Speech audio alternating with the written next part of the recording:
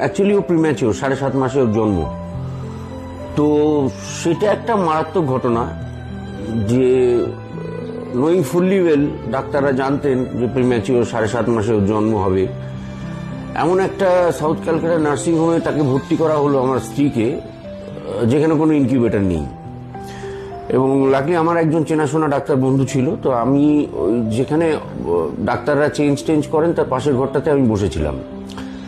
তো ওর জন্ম হওয়ার সঙ্গে সঙ্গে দেখলাম সে নার্স তাকে টাওয়েলে মুড়ে দৌড়ে কোথায় একটা নিয়ে চলে গেল। আমি তাকে ফলো করে গিয়ে দেখলাম একটা খাট ছোট্ট, তার উপর একটা লাইট জ্বলছে, তার মধ্যে টাওয়েল জড়িয়ে একটা ভিজে বাচ্চাকে শোয়ানো হলো। তারপর আমাকে বলা হলো যে ইনকিউবেটর লাগবে।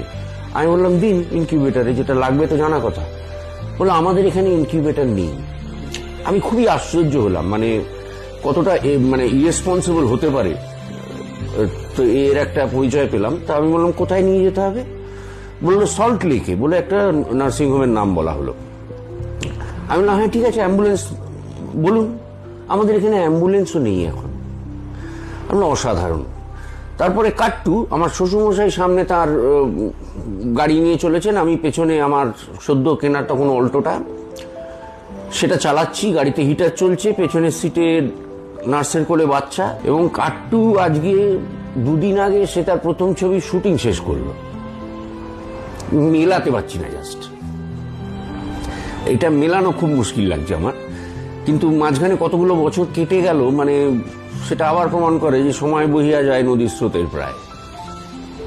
ওরা অনেক বেশি ফোকাসড বলে আমার মনে হয়। আমার জীবনে কোনো লক্ষ্য ছিল না।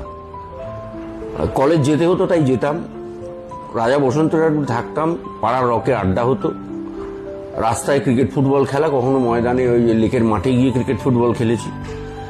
এছাড়া আর কোনো লক্ষ্য ছিল না, কি করবো জানতাম না। কিন্তু এখনকার জেনারেশন অনেক বেশি ফোকাসড। তারা আগে থাকতে অনেক প্রিপেয়ার্ড হয়ে আসছে। মানে আমার মেয়েকে তো আমি চোখের সামনে দেখেছি, যা করেছে আজকে এই যে নতুন ছবিতে অভিনয় করলো, এতে আমার কোনো অংশে হাত নেই।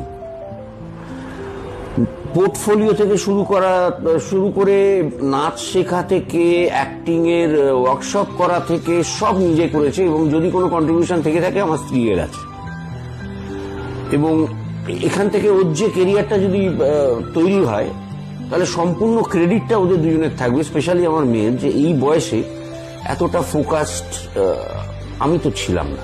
আমরা অনেক ক্যাবলা ছিলাম যাকে বলে। ওর জীবনটা, ওর কেরিয়ারটা ওর। এবং শুধু একটাই উপদেশ দিয়েছি যে কেরিয়ারটা চুজ করেছি, সেটাতে আনন্দ করে কাজ করতে হবে। যে কাজটাই করবে সেটা আনন্দ করে কাজ করবে। যে ইউনিটে মনে হবে আনন্দ পাচ্ছি না, সে কাজ করার কোনো প্রয়োজন নেই।